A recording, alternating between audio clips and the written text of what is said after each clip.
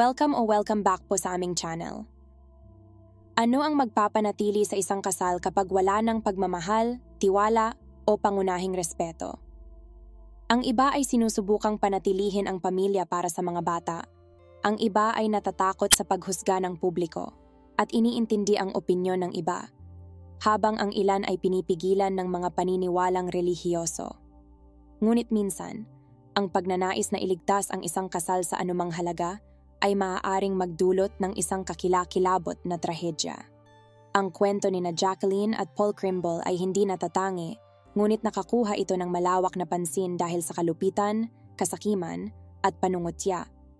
Ang kriminal ay tinawag na Black Widow at ikinulong, ngunit inamin ng kanyang anak na babae sa isang tapat na panayam na patuloy na sinisira ng kanyang ina ang kanilang mga buhay kahit na nasa bilangguan na. Si Jacqueline, o Jackie Mary Bennett, ay ipinanganak noong Disyembre 18, 1974 sa County Armagh, Northern Ireland, bilang bunso sa dalawang anak ng isang ordinaryong middle-class na pamilya. Mula pagkabata, siya ay erratic, spoiled, defiant, at minsan ay agresibo pa. Sa kanyang teenage years, lumala ang ugali ni Jackie, naging ganap na hindi mapigilan, ngunit sinisi ito ng kanyang pamilya sa adolescence, umaasang magbabago siya. Sa high school, nakilala niya si Paul Crimble, na 3 taon ang tanda at kabaligtaran niya sa lahat ng bagay. Ngunit sabi nga nila, opposites attract at tila gumana ito dito. Si Paul ay isang mahiyain at relihiyosong binata mula sa isang religious family, isang mabuting estudyante na itinuturing na napakatalino at promising. Ang tapang, enerhiya at kumpiyansa ni Jacqueline ang umakit sa kanya. Siya ang unang babae na nagkaroon ng seryosong damdamin si Paul. Pinaboran ng mga magulang ni Jackie ang kanyang pinili at tinanggap si Paul, naniniwalang magiging mas kalmado, sensible at reasonable ang kanilang anak. Minsan, tila mas tinatrato pa ng pamilya ni Jackie si Paul nang mas mabuti kaysa kay Jackie mismo. Tinatanggap siya bilang miyembro ng pamilya mula sa araw na sila'y nagkakilala. Subalit ang mga magulang ni Paul ay maingat sa pagpili, ngunit hindi pinigilan ang relasyon ng magkasintahan. Napansin ng mga kaibigan sa paaralan na tila hindi magkatugma ang magkasintahan. Madalas magpasimula ng away si Jackie, mas gusto niyang lutasin ito sa pisikal na paraan, habang si Paul ay sinusubukang lutasin ang lahat ng bagay ng mapayapa, iniiwasan ang karahasan, at itinuturing na palakaibigan, bukas sa suggestion at napakaresponsable. Lagi siyang handang tumulong sa iba anumang oras, inilarawan bilang isang mabait, sensible, at mature na binata para sa kanyang edad. Sa edad na 17, nabuntis si Jacqueline ng kanyang kasintahan at agad na sinabi ito sa kanya. Sa panahong iyon, nasa huling taon na siya sa paaralan at si Paul, na 20 taong gulang, ay isang college student na. Nang malaman ito, agad na sinabi ni Paul ang kanyang kahandaang pakasalan si Jacqueline at akuin ang buong responsibilidad para sa kanya at sa bata. Hindi handa si Jacqueline para sa buhay pamilya o sa pagpapalaki ng bata, ngunit hindi nila pinayagan ang pagpapalaglag dahil sa kanilang relihiyosong paniniwala. Kaya't pumili si Paul ng singsing at opisyal na nag-propose kay Jackie na tinanggap naman ito. Nagkaroon sila ng simpleng kasal noong 1972, kasama ang kanilang pinakamalalapit na pamilya at kaibigan. Ilang araw bago ang kasal, inamin ni Paul sa kanyang matalik na kaibigan na sila ni Jacqueline ay magkaibang-magkaiba sa lahat ng aspeto. Pinagdudahan niya ang sinseridad ng damdamin ni Jacqueline at natatakot pa siya sa ugali nito. Nagtanong din si Paul kung tunay ba niyang mahal si Jacqueline o naaawa lang siya. Dahil wala siyang ibang naging kasintahan, wala siyang mapagkumparahan. Pinakinggan ng kaibigan ni Paul ang kanyang mga alalahanin at sinubukang pigilan siya sa pagpapakasal. Binabalaan siya na baka magkamali siya at maging malungkot habang buhay. Gayunpaman, determinado si Paul at sinabi niyang hindi niya kayang iwan ang babaeng nagdadalang tao ng kanyang anak. Naniniwala rin siya na magbabago ang ugali ni Jacqueline kapag naging ina na ito, magiging mas mahinahon at kalmado. Umaasa si Paul sa pinakamabuti, ngunit wala siyang ideya kung gaano siya nagkamali. Noong unang bahagi ng 1973, tinanggap ng mag-asawa ang kanilang unang anak, isang babaeng pinangalan ng Danielle. Pagkalipas ng 6 na taon, isinilang ni Jacqueline ang kanilang anak na si Adam. Si Paul ang naging tanging tagapagtaguyod ng kanilang pamilya, tinitiyak na wala silang kakulangan. Matapos ipanganak ang kanilang pangalawang anak, nagpasya ang mag-asawa na humanap ng mas maluwag na tahanan at bumili ng isang komportableng 3-bedroom townhouse sa Arma noong taong 2000. Sa panahong iyon, si Paul ay may mataas na posisyon bilang mechanical engineer at kumikita ng malaking sahod. Ang kanyang asawa, gayunpaman, ay hindi nag-abala sa paghahanap ng trabaho. Sinasabing mas gusto niyang mag-manage ng bahay at magpalaki ng mga bata. Subalit hindi siya mahusay sa alinman sa mga ito. Si Jackie ay makasarili, tamad, mainitin ang ulo, at madalas magpakita ng agresyon kahit sa kanyang mga anak. Nang lumaki na ang mga bata, sinubukan ni Jacqueline na maghanap ng trabaho, ngunit dahil sa kanyang palasagot at mapagtunggaling ugali, hindi siya nagtatagal sa trabaho. Bukod pa rito, halos gabi-gabi siyang nasa mga bar, umiinom ng alak habang ang kanyang asawa ay nananatili sa bahay kasama ang kanilang anak na babae at lalaki. Kahit na hindi lasing, hindi nakaaya-aya si Mrs. Crimble, at kapag lasing, nagiging tunay na halimaw siya. Hindi lang siya nag-uudyok ng mga away, kundi nakikipag-away din, gumagamit ng masasamang salita, at nag-aasal ng hindi tama sa iba't ibang lalaki.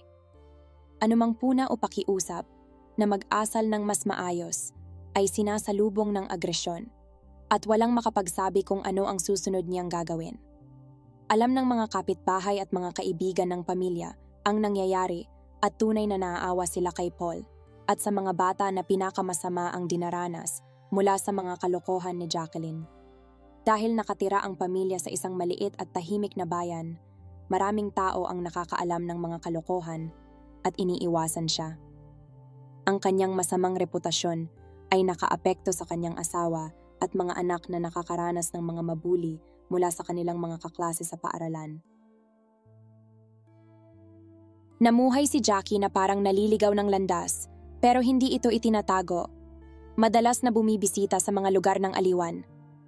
Gayunpaman, ang kanyang presensya doon ay kinatatakutan, hindi lamang ng ibang mga parokyano, kundi pati na rin ng mga staff na alam na ang kanyang pagdating ay nangangahulugang isang away o gulo. Pinananatili ni Jacqueline ang kanyang pamilya sa takot dahil maaari siyang magalit sa kanila anumang oras. Sinubukan ni Paul na huwag magreklamo tungkol sa sitwasyon, ngunit napansin ng kanyang mga kaibigan, pamilya, at mga kasamahan ang kanyang pagkabalisa tuwing kasama ang kanyang asawa o kahit na binabanggit lang ito. Madalas siyang pinapayuhan na iwanan ng babaeng ito, ngunit natatakot si Paul na mawalan ng pagkakataon na makita ang kanyang mga anak. Sa anumang argumento, agad na nagbabanta si Jackie na puputulin ang kanyang ugnayan sa kanilang anak na babae at lalaki. Nagbabanta rin siyang saktan siya sa pamamagitan ng pag-involve ng kanyang mga kakilala. Mga lalaking regular niyang nakikilala sa mga bar na handang gumawa ng krimen para sa kanya. Karaniwan, sumusuko si Paul sa kanyang asawa sa ganitong mga sitwasyon at nananatiling tahimik. Noong Linggo ng umaga, Hunyo 20, 2004, isang takot na babae ang tumawag sa emergency services na humihingi ng tulong. Sinabi niyang inatake sila ng 3 estranghero sa kanilang bahay, binugbog sila, tinali, sinubukang pagnakawan, at pagkatapos ay umalis gamit ang kanilang kotse kasama ang kanyang asawa. Ang tumatawag ay si Jacqueline Crimble at agad na nagmadali ang mga pulis at paramedic sa address na ibinigay niya. Sa bahay, natagpuan nila ang isang babae na nakatali ang mga kamay sa likod gamit ang isang plastic cable tie, ngunit hindi nakatali ang kanyang mga binti na nagbigay daan sa mga awtoridad na maniwalang nagawa niyang bahagyang palayain ang sarili. Kapansin-pansin, walang mga sugat o pasa sa katawan ng biktima kahit na una niyang sinabi na binugbog at tinali sila ng mga umaatake. Sa kabutihang palad, wala sa bahay ang mga anak ng mag-asawa dahil ipinadala sila upang magpalipas ng weekend sa kanilang mga lolo't lola sa ama. Ayon kay Jacqueline, noong nakaraang gabi ng Sabado, pumunta sila ng kanyang asawa sa isang bar upang mag-relax. Uminom sila at bumalik ng bahay pasado hating gabi. Habang binubuksan ni Paul ang pinto, biglang lumitaw ang 3 tao mula sa dilim at itinulak sila papasok sa bahay. Ang mga intruder, na may dalang baril, ay tinali ang mag-asawa, binugbog sila at humingi ng pera at ipinagbabawal na gamot.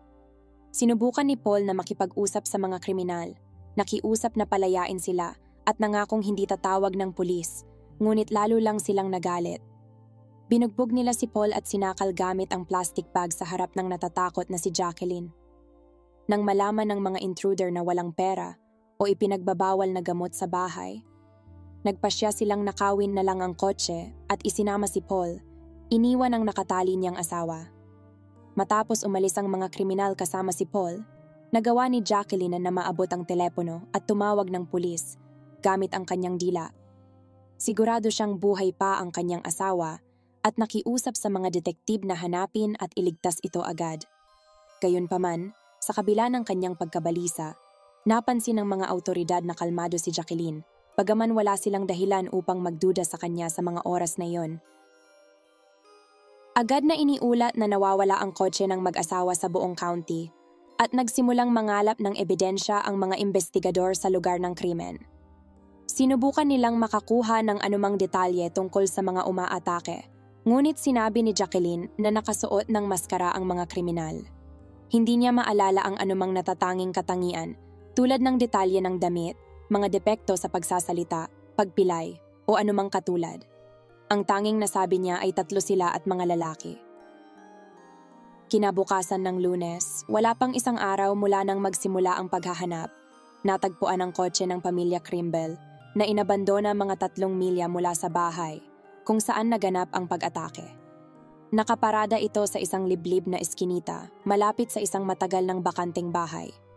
Sa loob ng trunk ay natagpuan ang bangkay ni Paul na may malinaw na palatandaan ng pambubugbog at pagpapahirap.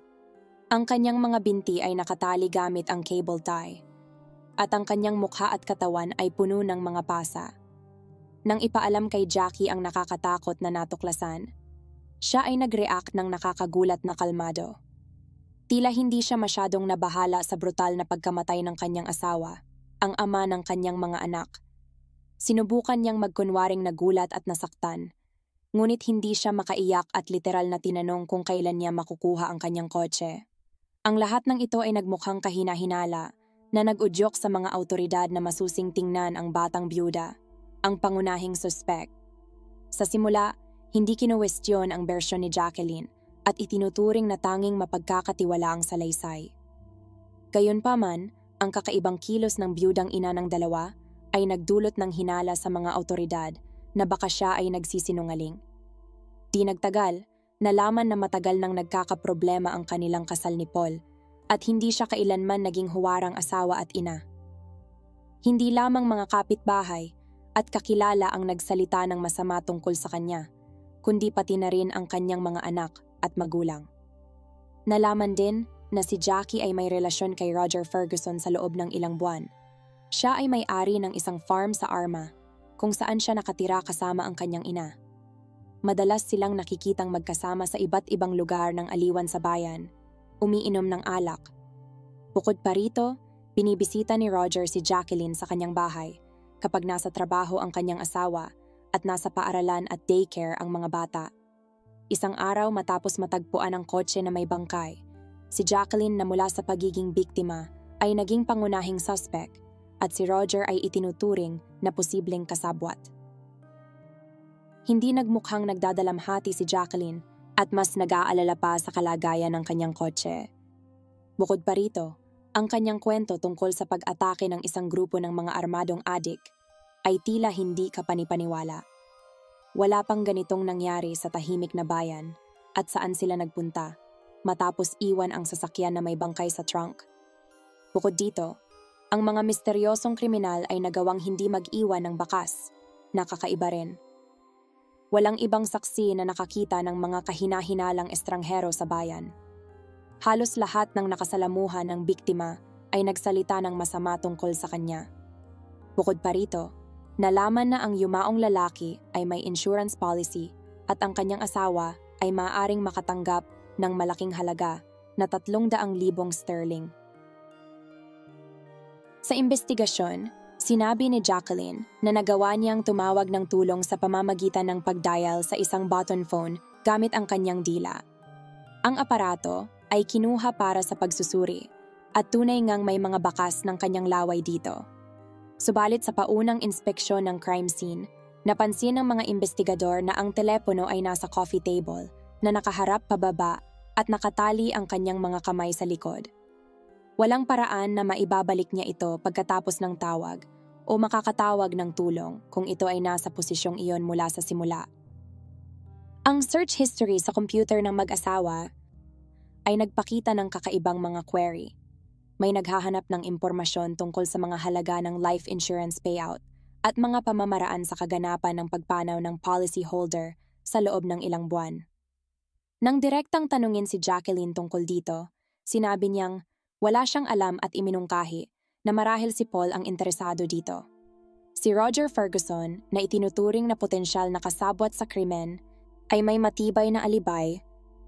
Sinabi ng kanyang ina na ginugol niya ang gabi sa bahay dahil hindi maganda ang kanyang pakiramdam at bandang 1:00 ng umaga ay naghahanap siya ng gamot sa kanilang medicine cabinet para gamutin ang kanyang sakit sa tiyan. Sa kabila ng nakakumbinsing testimonya ng matandang babae, hindi nila inalis ang kanyang anak sa listahan ng mga suspek.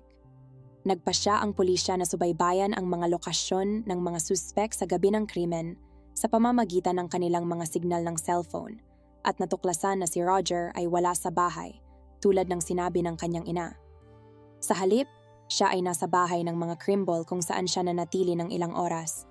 Bukod dito, ipinagpatuloy niya ang kanyang relasyon sa nabiyudang babae at nakita silang magkasama sa isang bar isang araw pagkatapos ng libing ni Paul.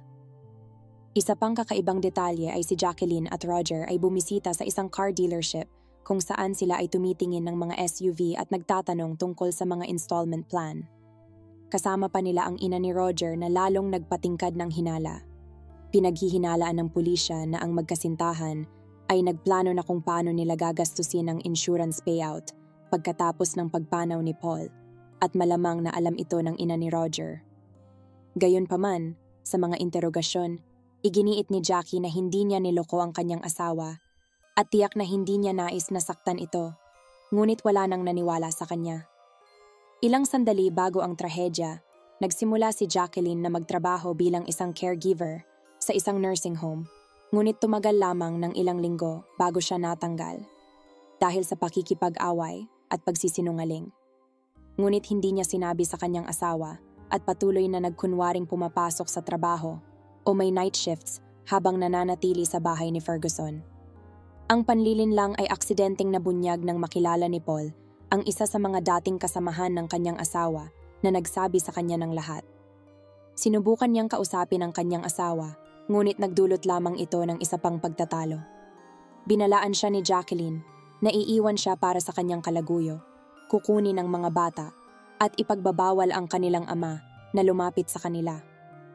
Ito ang pinakamalaking takot ni Paul, kaya pumayag siyang magkompromiso at nagbulag-bulagan sa pagtataksil ng kanyang asawa. Siya ay nagkukwento lamang sa kanyang pinakamalapit na kaibigan na kalaunan ay nagpatotoo sa korte bilang saksi. Ikinuwento niya ang mga sinabi ni Paul. Hindi masyadong matalino si Roger Ferguson. Siya ay malakas, ngunit medyo simple at madaling maimpluwensyahan. Mabilis siyang nagawang dominahin ni Jacqueline at ipinapagawa ang kanyang mga nais. Handang makipag-away si Roger para lamang ipagtanggol si Jacqueline. Malamang na tunay na in love si Roger sa kanya at pinaniniwalaan ang lahat ng kanyang sinasabi. Inireklamo ni Jacqueline kay Roger ang kanyang asawa. Inaakusahan itong bastos, malupit at bayolente. Natural na lahat ng ito ay kasinungalingan, ngunit sa bawat reklamo, lalong namumuhi si Roger kay Paul, naniniwalang sinasaktan at inaapi nito si Jacqueline at siya ang pangunahing hadlang sa kanilang kaligayahan. Ipinunla niya sa isipan ni Roger na sa pag-aalis sa kanyang asawa, malulutas ang lahat ng kanilang problema. Magkasama sila at makakatanggap ng malaking halaga ng pera para sa komportableng buhay. Mga 2 linggo bago ang trahedya, sinubukan ni Jacqueline na maghanap ng mga taong handang gumawa ng krimen kapalit ng pera. Ngunit pagkatapos isaalang-alang ang ilang mga opsyon, sila ni Roger ay umatras sa ideya. Mukhang nagpasya ang magkasintahan na kaya nilang isagawa ito ng sila lamang nang hindi nag-iiwan ng ebidensya o saksi upang matiyak na makukuha nila ang buong insurance payout. Noong Biyernes, Hunyo 18, dinala ni Jacqueline ang mga bata sa kanilang mga lolo't lola para sa weekend. Kinabukasan, iminungkahi niya sa kanyang asawa na lumabas para uminom at mag-relax. Masayang tinanggap ni Paul ang alok, iniisip na makakatulong ito sa kanilang relasyon. Hindi niya alam na ito ay isang paanyaya sa kanyang kamatayan. Noong gabing iyon, napansin ng mga tao sa bar na pilit pinaiinom ni Jackie ang kanyang asawang hindi umiinom. Bumili siya ng mga inumin at halos pilitin itong uminom ng sunod-sunod na shot. Pagkatapos ay inakay niya ang kanyang lasing na asawa palabas ng bar pagkalipas ng hating gabi. Nahuli sila sa surveillance cameras at iyon ang huling beses na nakita si Paul na buhay. Ang bar ay 10 minutong lakad mula sa bahay ng mag-asawa at ang pag-atake ay naganap kaagad pagbalik nila na tumagal ng hindi hihigit sa 15 minuto ayon kay Jacqueline. Pagkatapos noon, di umano'y kinidnap ang kanyang asawa at dinala sa kanilang kotse at agad siyang tumawag sa pulisya. Gayunpaman, humigit kumulang 1 oras at kalahati ang lumipas mula nang sila ay makunan ng kamera at ang tawag sa pulisya. Naniniwala ang mga investigador na ginugol ng mga salarin ang oras na ito sa pagtatakip ng kanilang mga bakas at pag-stage ng eksena ng isang pag-atake. Bukod dito, tila sinadya ni Jacqueline na lasingin ang kanyang asawa upang hindi ito makalaban. Ayon sa kanya, sinipa ng mga kriminal si Paul habang siya ay nakahandusay. Pagkatapos ay sinakal siya sa pamamagitan ng paglalagay ng plastic bag sa kanyang ulo at pag-secure nito gamit ang tape. Ang mga pinsala sa katawan ng namatay ay nagpatunay sa kanyang salaysay, ngunit halos sigurado na ang pulisya noon na ang mga salarin ay siya at ang kanyang kalaguyo na si Roger Ferguson. Matapos ang mahaba at masusing pagsusuri ng crime scene, natagpuan ng mga detective ang isang bahagyang nabura na bakas ng sapatos ng isang lalaki na halatang sinubukang linisin. Ang tread pattern ay tumugma sa sapatos ni Roger, ngunit ang ebidensyang ito ay maaaring ituring na circumstantial. Ngunit may iba pang mas matibay na ebidensya laban sa kriminal na magkasintahan. Sa basurahan ng kusina, natagpuan ang isang cigarette butt na may laway ni Roger at sa cable tie na nagbigkis sa mga kamay ni Jacqueline ay may bahagyang fingerprint niya. Bukod dito, sa mga tali na nagbigkis sa mga kamay at paa ng namatay, na doon ang mga fingerprint niya at sa bag na ginamit upang sakali ng biktima. Natagpuan ang mga pawis ng parehong magkasintahan. Natuklasan din sa investigasyon ang isa pang kalahok sa brutal na krimen, isang menor de edad na kakilala ni Roger na nagangangalang Colin Robinson. Tinawagan siya ni Roger noong gabi ng pag-atake, humihingi ng pabor upang tumulong sa isang bagay na hindi tinukoy. Nagmaneho ang binatilyo ng kanyang kotse. Iniwan ito sa dulo ng kalye ayon sa kahilingan ni Roger at naglakad papunta sa bahay upang maiwasan ang atensyon. Nang maunawaan ni Colin kung ano ang nangyayari, gusto niyang tumakas ngunit tinakot siya ni Roger at sa pamamagitan ng pagbabanta gamit ang kutsilyo, pinilit siyang tumulong na ilipat ang katawan sa kotse at isakay ito sa trunk. Pagkatapos, dinala nila ang kotse sa isang liblib na lugar at iniwan ito. Sa simula, itinanggi ng natatakot na binatilyo ang kanyang pagkakasangkot sa krimen, ngunit bumigay siya sa ikalawang interogasyon at nagsimulang umamin. Ang investigasyon ay tumagal ng ilang buwan. Sa panahong ito ay nakalikom sila ng hindi matatawarang ebidensya, ininterview ang lahat ng mga saksi, at nakakuha ng pag-amin mula sa ikatlong kasabwat sa krimen. Gayunpaman, ang paglilitis sa mga kriminal ay nagsimula lamang noong tagsibol ng 2007, halos 3 taon pagkatapos ng pagkamatay ni Paul Trimble. Noong Mayo 7, 2007, si Jacqueline at Roger ay napatunayang nagkasala ng isang planadong krimen na may layuning makuha ang pera mula sa insurance. Ang biyuda ay hinatulan ng 20 taon sa bilangguan habang ang kanyang kalaguyo at kasabwat ay hinatulan ng 18 taon.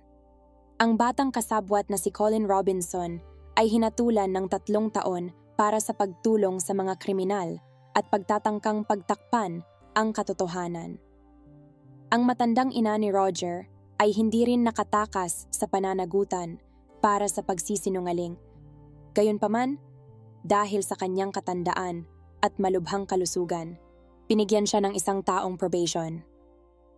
Kahit nasa bilangguan, patuloy na sinira ni Jacqueline ang buhay ng kanyang pamilya.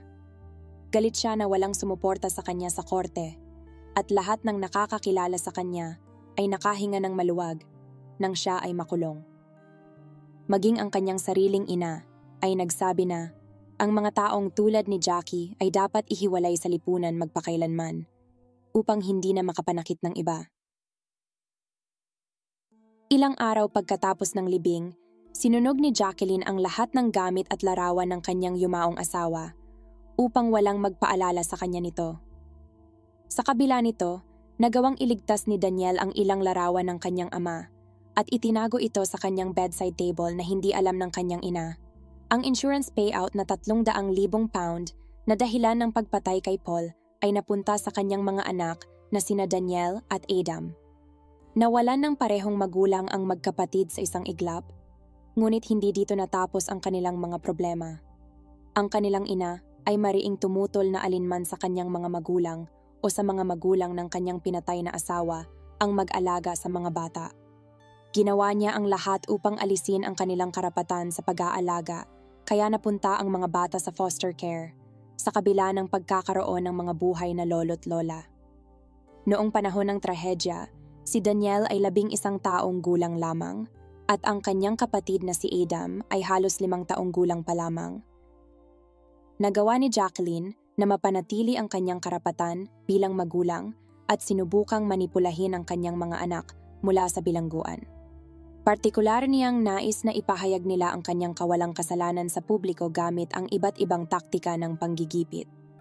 Halimbawa, ipinangako niyang pipirmahan ang pahintulot para sa kanilang mga school trip kung bibisitahin siya sa bilangguan ngunit niloko niya sila. Sa pagbisita, hiniling niyang magpatotoo sila pabor sa kanya at tumangging pirmahan ang dokumento. Bilang resulta, ang magkapatid lamang ang hindi nakasama sa mga weekend excursion ng kanilang klase. Ngayon, si Daniel ay 31 taong gulang na, nakatira sa Basingstoke, nagtatrabaho sa isang daycare. Ang kanyang kapatid na ngayon ay 25 taong gulang na, ay may magandang edukasyon at lumipat sa London. Nakatakdang makalaya si Jacqueline sa 2027 at seryosong nag-aalala ang kanyang mga anak na patuloy siyang gagawa ng lahat ng paraan upang lasunin ang kanilang mga buhay.